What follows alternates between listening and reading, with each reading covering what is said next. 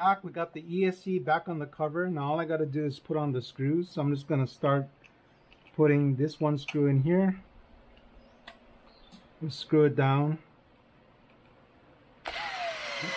And I'll get it mostly of the way down and then just torque the rest of it with the with my driver, hand driver. This is number 2. Okay. So it happened to me before. Actually, you know, the same problem happened to one of my other transmitters. I was wondering why I wasn't getting any reception, actually any range on my remote. And once I opened up the box, because I actually bought another transmitter and remote, found out that actually I cut the wire putting in the same way. So basically, because I had it in the receiver box and I put the cover back on, I actually had cut or severed the wire. Okay, so I want to like kind of route this in a nice manner. I'll tuck it in behind the box, the receiver box, like this, just to hide the wires. And these are all the wires that are going into the receiver box. So I'll push it in, whatever you can get to kind of like manage these wires here, just to make it look nice. And you don't want it like affecting your center dry shaft or anything like that. Okay, I'll put this on the side. And now that we know the orientation of this, I'll keep it like this. Okay guys, so if you can see, look how close this is in terms of fitment. So we have like your what do they call these, capacitors here. You have wires going to your motor here, and look how small this footprint is. It's very small. So this is a 30 by 30 fan and it barely fits in here. So I think I can only get one screw. So let me get at least a nicer screw to put it in. I'm not going to use the Armor ones. Let me see which one I'll use. So I have some titanium ones. I don't think I want to use that. Let me see which one I want to use. Button. I have some button heads. But I use this. I think these are flatheads. I just got to find out which size is appropriate. So I have some flatheads. Unfortunately, I had dropped this, so it's all over the place. I don't have it's not really organized any longer. But let me grab my pliers and kind of match it up with this. So I think it's like an end. That's probably too long. Here's one. So I'm just gonna test fit it first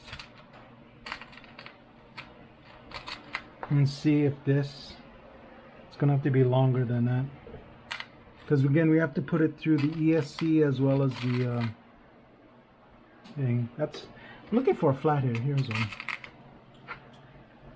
So I'm gonna grab my tool. Let me just see. I'm just gonna see if I can screw it down here first. This is the right size, because nope, that's probably like an M4. I'm gonna have to need or look for an M2 screw. Too big. This might be too big. Did I have? Yeah, I got some M2s here. Let's see. Taking a little bit of time, but that's the way the RC game goes, guys. I did drop this, like I did mention, so everything is all disheveled and not organized like it should be. I think it's an M3, but the only problem is finding which one is an M3. I'm just gonna have to test fit to see which is which.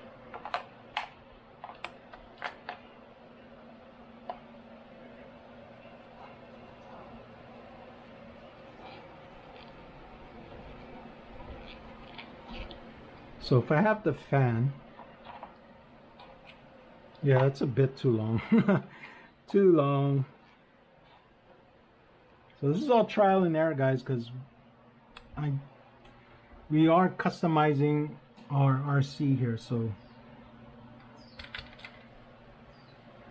all the same length. So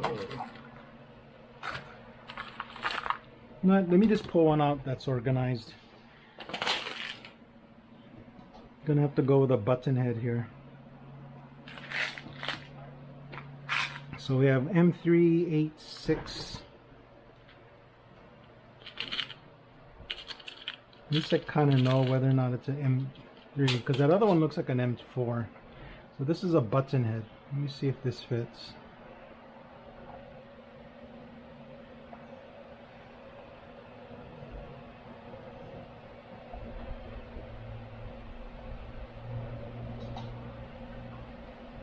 Yeah, it's an M3. And I do have some washers, so let me use a washer here. So we're using an M3. I got some washers, and I know I can only secure it down with just the one screw. So let's see how the fitment is. I want the Pro RC to be facing out. Okay. Just so that it kind of just shows off its advertisement.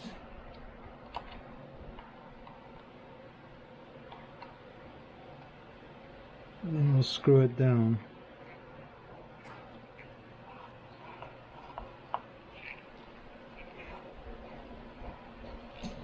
And I'll probably route these wires under the battery cable. And you want to be careful with your capacitors that you don't want to bend or damage the capacitor. So I'll kind of like angle it out a little bit so it doesn't disturb it that much.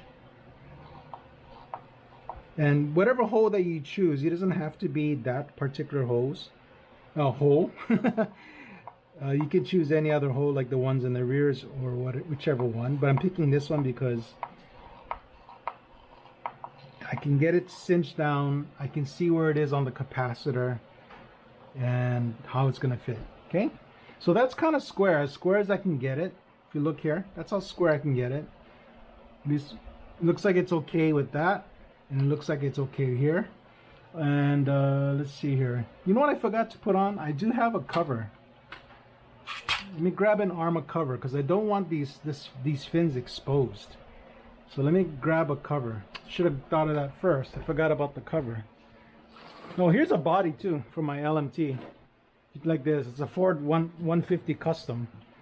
Let me know if you like this body, but I'm gonna post it locally for sale because I already got rid of my LMT. Just wasn't using my LMT. Let's see here. I do have some fan covers. I need the Arma one. So none of the Arma ones here. Some more fans, more fans. There we go. Fan covers. That one. But that's the gist of it, guys. That's all we need to do is just put on that fan cover just so that we protect the fins again from getting any damage. And basically that's all we need to do. If I can find, oh, here we go. Yep. So this was the original fan off of the Arma Typhon over the motor. So I knew I had put it in here and taped it. Okay, take off this. I'll throw this away. We don't need the screws, we just need the one screw. So take out that.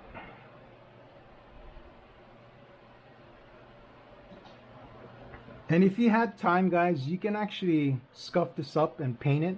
So instead of black, you can put silver or red, whatever color paint that you have. And that's something that I did with my my other RCs. I actually had time to paint the fan covers. So I got the idea off of the GCRC fans. They come with painted fan covers. So that's what I did. I just painted it myself. I did have silver and red. So I painted mine both of those colors for different applications. And we want to put this here. And then we want to find our hole again for the ESC.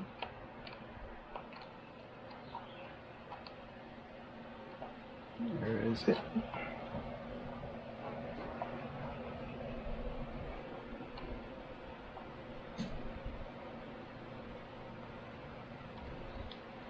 Just like this. And then we want to keep this as square as much as we can, so that when we tighten this down,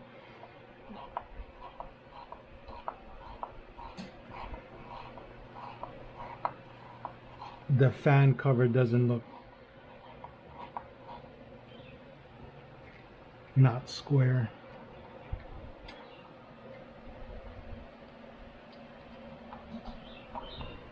Okay. All right. So I might zip tie it too, but that's basically the gist of it, guys. So let me just show you what I mean. We'll put our fan, our plug back in here. Let me route this underneath this just to clean up the wires. So it's underneath and not on top. And I can tuck this behind. And just, you know, for the purpose of this video, I mean, it might not look tidy and everything now because I'm actually just showing you how I'm doing this. But once I get everything into place, you know, you can zip tie everything, wire management on however you want to do it. But basically, this is what it's going to look like. The only thing that's bothering me right now is this. If I had more space underneath these wires, I would actually use 4 dummy screws and just use a nut on the bottom. But there doesn't seem to be enough room to put a retaining nut just to hold on this. So you know, what I normally would do is just put like black zip tie. And I'll show you what I mean. Let me see if I can get it on the opposite end. I'll put a black zip tie down. And you just got to see if it can come up the other side. That's the difficult part. And I do have a small table here. So let me see if I can. There we go. I got to pull this out. You want to get the zip tie through both the fan cover as well as the fan itself all the way down. Keeps want to try to poke through the fin.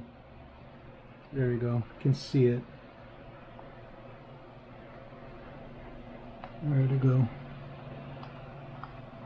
So I see it there. So I'm gonna flip this over and use my needle nose just to try and grab it from the other end.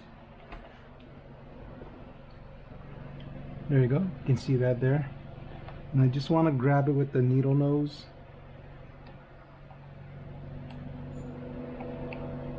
There we go. So the good thing about zip ties is that you can use different colors. So if you want to dress it up in red or whatever color that you have in terms of your zip tie, you can use different colors. All right. So that's secure. Let me flip it back over so that the ESC is closest to us.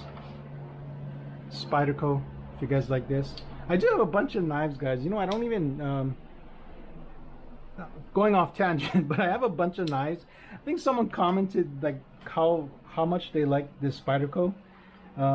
This is the, I forget which one this one is, but I do have other knives. I have this in my truck. This is actually a Kershaw. I think this is the Leak. I just sharpened this, took this out of my truck. Normally carry Spyderco as well as Benchmade, but here's another one that I carry. And I like this one a lot for opening packages lately because it has like a sharp point. Normally I either carry something with a Tonto point, but I like this leaf shaped point because it's great for cutting open boxes. And this type of steel is very sharp. This is a BD1. It's a little bit more durable. This is a VG10 Japanese steel. But I love this knife a lot. I forgot which one this one is. Delica.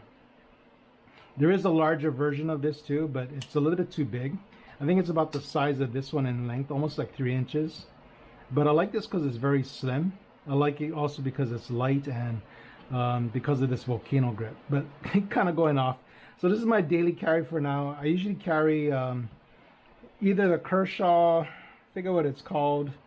But right now I'm carrying my spider codes. I do have a few bench meats. Bench meats are a little bit more expensive, but I know you guys were talking about the knives I had last time on my channel, or the last video I made. So, and I made these too. The little gimps in here, not the gimps, but the little gimps.